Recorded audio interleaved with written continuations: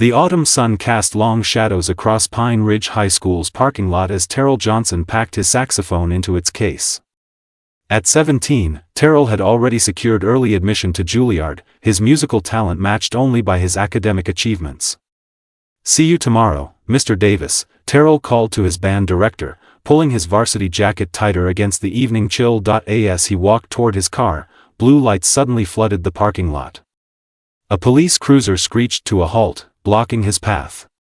"Hands where I can see them," barked Officer Reynolds, weapon already drawn.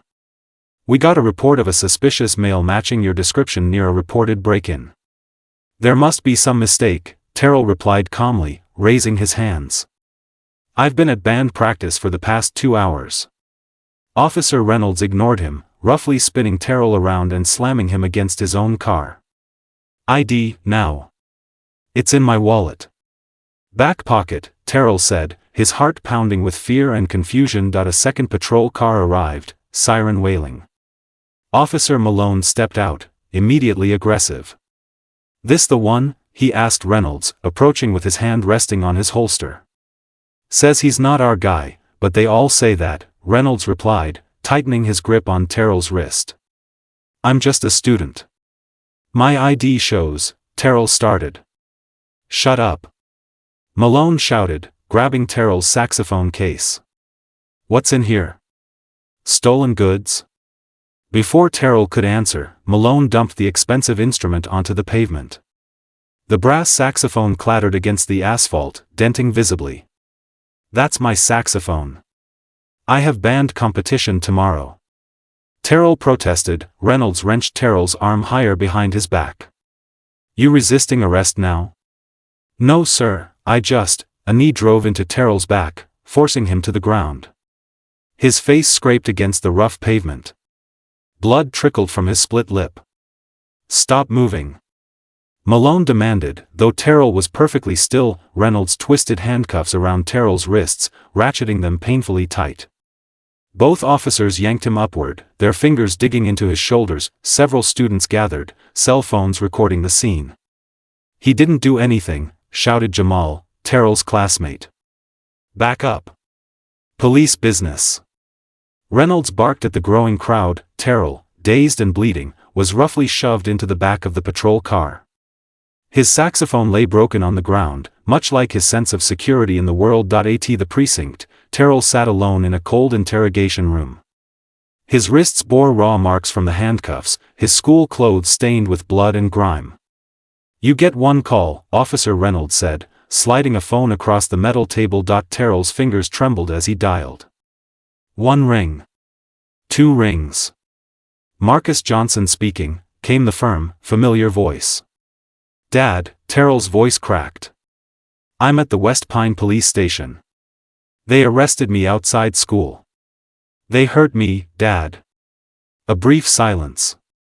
Then, with deadly calm, put the officer on the phone. Reynolds reluctantly took the phone, smirking. "This is Officer Reynolds." The smirk vanished as the color drained from his face. He straightened his posture instinctively. "Sir, I didn't realize."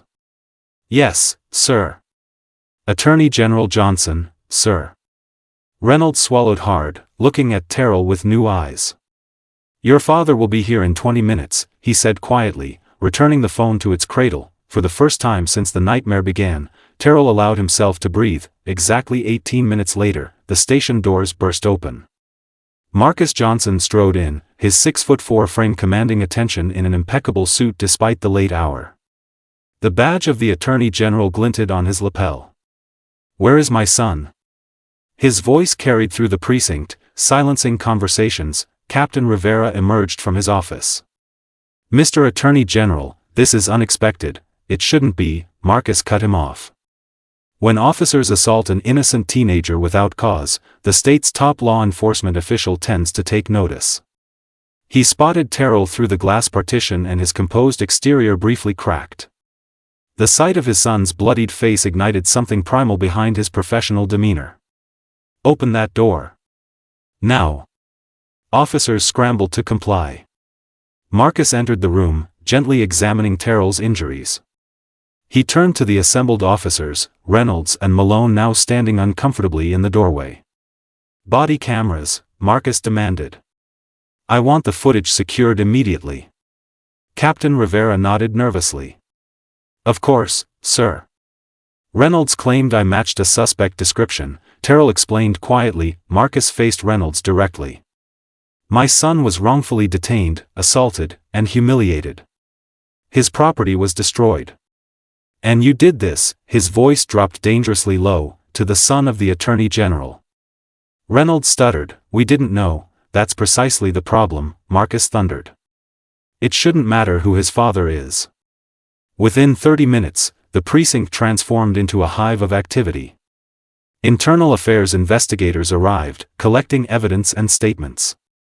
Officers Reynolds and Malone were immediately placed on administrative leave, their badges and service weapons surrendered to Captain Rivera. "The body cam footage will be preserved as evidence," announced Investigator Chen, sealing the devices in evidence bags. "We'll also need all surveillance footage from the school parking lot and the precinct." Marcus held a brief, impromptu press conference outside the station, Terrell standing tall beside him despite his injuries. "What happened today represents a fundamental breakdown in justice," Marcus declared to the gathered reporters. "The investigation begins tonight, not just into these officers, but into the policies and culture that enabled this abuse." Captain Rivera, visibly shaken, stepped forward. "We will cooperate fully with the investigation and take appropriate action based on its findings." Marcus nodded grimly. "You'll do more than that. You'll institute immediate reforms. Starting tonight." 3 months later, Terrell stood at a podium in City Hall, addressing a packed chamber. His saxophone, replaced by the police department, gleamed beside him. "What happened to me happens to countless young black men who don't have an attorney general for a father," Terrell said. "Today, that begins to change." Marcus stepped forward as Mayor Bennett signed the Terrell Johnson Police Accountability Act into law. The legislation mandated independent review of all excessive force complaints, required comprehensive de-escalation training, and established a civilian oversight board with real authority. Officers Reynolds and Malone had been terminated following the investigation. More importantly, the precinct had undergone a complete leadership overhaul. In the audience, dozens of young people, many who had experienced similar injustices, watched with hope. "This isn't the end," Terrell concluded. "It's just the beginning of real change." Outside, protesters who had demanded justice since Terrell's arrest erupted in cheers. Their signs now read, "Justice served," and "Power of one voice." The shadows were lifting, one reform department at a time.